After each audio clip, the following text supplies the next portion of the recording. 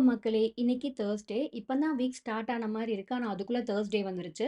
ரொம்ப ஸ்பீடா போச்சுன்னு நெனைக்கிறேன் இந்த வீக். உங்களுக்கும் அது ஃபீல் ஆச்சுன்னா கமெண்ட்ஸ்ல சொல்லுங்க. இன்னைக்கு லஞ்ச் மெனு ரொம்ப ரொம்ப சிம்பிள் தான். கீன்வா யூஸ் பண்ணி கர்ட் ரைஸ் பண்ண போறேன். கூடவே பாவக்காய் பொரியல் அண்ட் பிரேக்ஃபாஸ்ட்டுக்கு உளுந்து களி, ஃபைபருக்காக கொஞ்சமா சாலட் எடுத்துக்க போறோம். கீன்வா இந்த மாரி தான் குட்டி குட்டியா இருக்கும். ஆனா, இதுல நெறைய புரோட்டீன் இருக்கு. ஸோ, அப்பப்ப இத ரைஸ்க்கு ஆல்டர்னேட்டிவா எடுத்துக்கலாம். இந்த ரைஸ் குக் பண்ற சேம் ப்ரொசீஜர் தான். ஃபர்ஸ்ட் ஒரு 2 டைம்ஸ் நல்லா வாட்டர்ல வாஷ் பண்ணி எடுத்து வச்சுக்கணும். ஆனா ஊற வைக்கணுங்கிற அவசியம் கிடையாது. ஒரு பாத்திரத்துல தண்ணி வச்சுட்டு, அது நல்லா கொதிச்சதுக்கு அப்புறமா இந்த கீன்வாவ உள்ள ஆட் பண்ணி குக் பண்ணிக்கலாம். இது நல்லா குக் ஆனதுக்கு அப்புறம் பார்த்தீங்கன்னா, ஒவ்வொரு பீஸ சுத்தியுமே ஒரு ஒயிட் கலர்ல ரிங் மாதிரி ஃபார்ம் ஆகும். அப்படி ஃபார்ம் ஆச்சுன்னா, அது பெர்ஃபெக்ட்டா குக் ஆயிடுச்சுன்னு அர்த்தம்.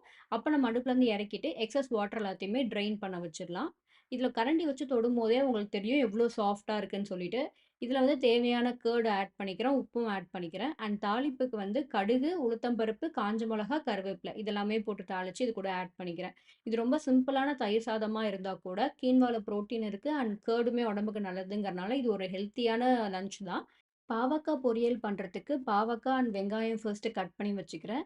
ஒரு பேன்ல கடுகு தாளிஞ்சதுக்கு அப்புறமா வெங்காயம் போட்டு நல்லா வதக்கிட்டு, அதுக்கப்புறம் பாவக்காய் ஆட் பண்ணி நல்லா வதக்கிக்க போறேன். இது கூட உப்பு அண்ட் சில்லி பவுடர் இது 2 மட்டும் தான் போட்டிருக்கேன்.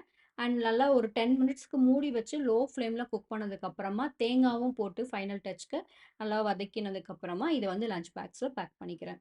பிரேக்ஃபாஸ்ட்டுக்கு உளுந்து களி பண்ணுறதுக்கு ஃபர்ஸ்ட் 1/2 கப் ஜாகரி பவுடர சேர்த்துட்டு, அது கூட கொஞ்சமா தண்ணி ஊத்தி அத மெல்ட் பண்ணிக்க போறேன்.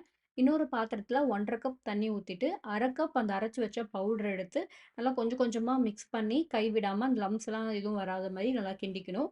அது நல்லா பாயில் ஆகி வர ஸ்டேஜ்ல அந்த நம்ம மிக்ஸ் பண்ணி வச்சிருக்கிற ஜாகரி சிரப் அதையுமே உள்ள சேர்த்துட்டு நல்லா மிக்ஸ் பண்ணிக்கிறேன். இது கூடவே 3 ஏலக்காவோட உள்ள இருக்கிற அந்த சீட பொடி பண்ணி போட்டிருக்கேன். அண்ட் கொஞ்சமா நல்லெண்ணெய் ஒரு 2 டைம்ஸ் கிட்ட விட்டு விட்டு கிளறுனேன். அண்ட் ஃபைனலா கொஞ்சமா தேங்காவும் போட்டுக்க போறேன். ஸோ இதுதான் பிரேக்ஃபாஸ்ட் இன்னைக்கு. இது கூட வந்து ஃபைபர் மட்டும் மிஸ்ஸிங் அப்படிங்கிறனால லேட்டரா சாலட் சாப்பிட்டுக்கிறதுக்காக அதையுமே பேக் பண்ணியிருக்கேன். இந்த சாலட் கூட சாலடோட ட்ரெஸ்ஸிங்கும் சேர்த்து பேக் பண்ணியாச்சு. இன்னைக்கு கிளைமேட் கொஞ்சம் டல்லா தான் இருக்கு. ஆனா அப்பப்ப ஹார்ஷான சன் வந்து வந்து போகுது. ஓகே நம்ம நெக்ஸ்ட் வீடியோல மீட் பண்ணலாம். பாய்.